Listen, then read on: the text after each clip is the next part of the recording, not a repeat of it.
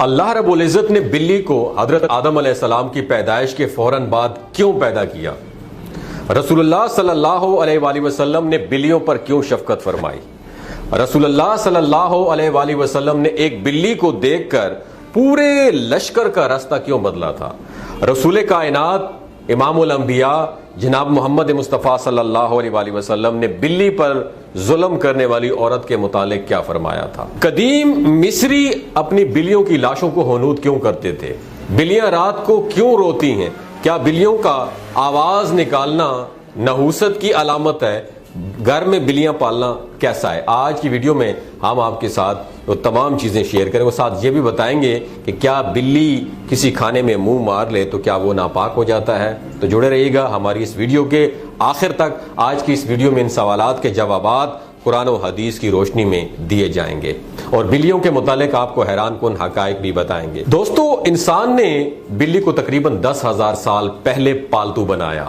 بلی آج کے دور میں عام پالتو جانوروں میں سے ایک ہے۔ بلی کو کھانا اسلام میں حلال نہیں ہے، لیکن اس کی پاکیزگی اور طہارت کی وجہ سے ایسی بلیاں جو کسی اور کی ملکیت نہ ہوں انہیں پالنے میں کوئی حرج نہیں ہے۔ اس کے برعکس اگر آپ گھر میں بلی پالتے ہیں لیکن اس کو بھوکا پیاسا رکھتے ہیں تو یہ آپ کے لیے وبال جان ہے۔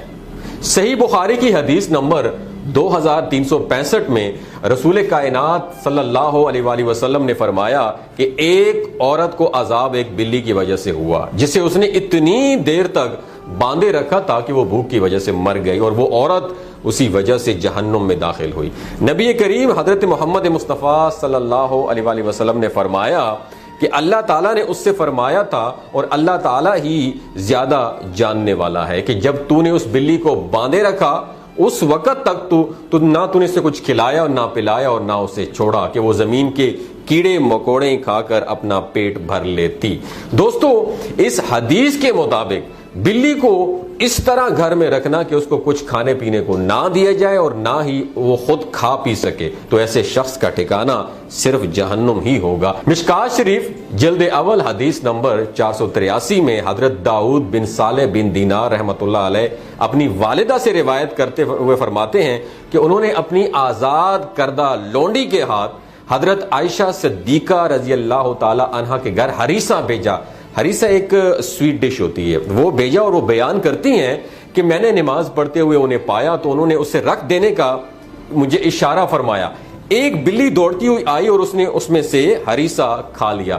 حضرت عائشہ صدیقہ رضی اللہ تعالی عنہا نماز سے فارغ ہوئی تو انہوں نے وہ سویٹ ڈش جسے ہریسہ کہتے ہیں وہ کھایا اور فرمایا کہ بلا شبہ رسول کائنات صلی اللہ علیہ وآلہ وسلم کا فرمان ہے کہ یہ بلی پلید اور نجس نہیں بلکہ یہ تو تم پر آنے جانے والیاں ہیں۔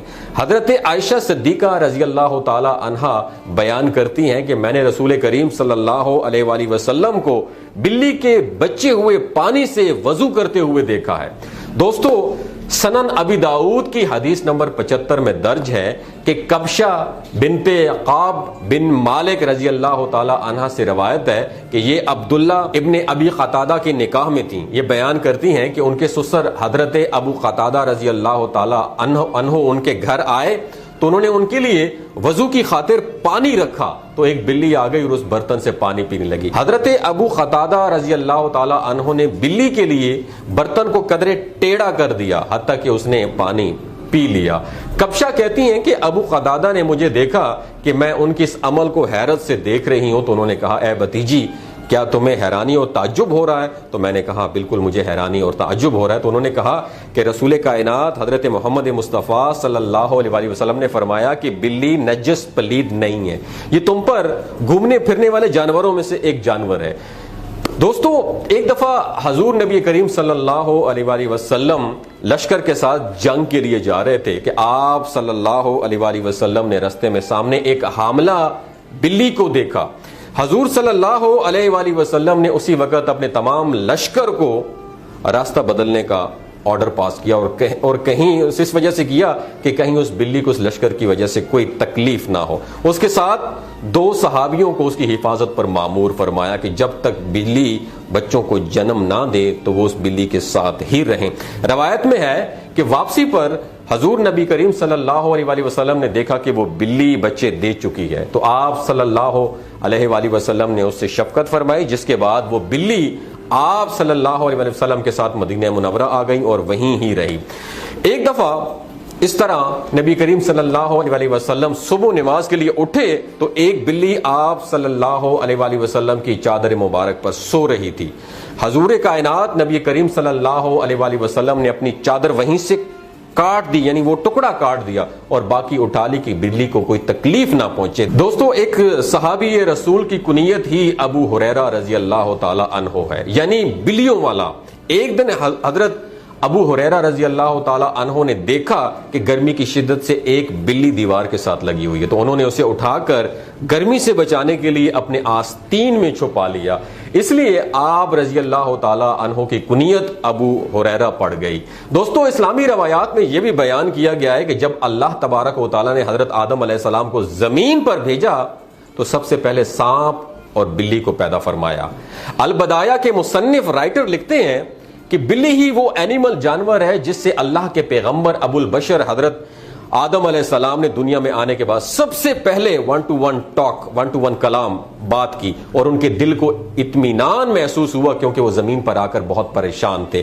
دوستو، بلیاں ہمیشہ صاف ستھری رہتی ہیں، یہی وجہ ہے کہ ان میں بیماریاں بہت کم پائی جاتی ہیں۔ اسلام میں بلی کی بہت زیادہ اہمیت بیان کی گئی، لیکن صرف اسلام ہی نہیں بلکہ قدیم مصر میں بھی بلی کو بہت زیادہ اہمیت حاصل تھی، یہاں تک کہ اس دور میں بھی کسی بلی کو تکلیف دینا یا قتل کرنا ایک انسان کے قتل سے بھی بڑی سزا سمجھی جاتی تھی، کیونکہ قدیم مصریوں کا یہ ماننا تھا کہ بلی ایک انسان سے زیادہ رتبے والی مخلوق ہے، اور اس دور میں اگر بلی مر جاتی تو اس کے ورثاء اس صدمے میں اپنے جو بھویں ہوتے ہیں اسے منڈوا لیتے تھے، اور بلیوں کو بھی فرعونوں کی طرح ہنود کیا جاتا تھا۔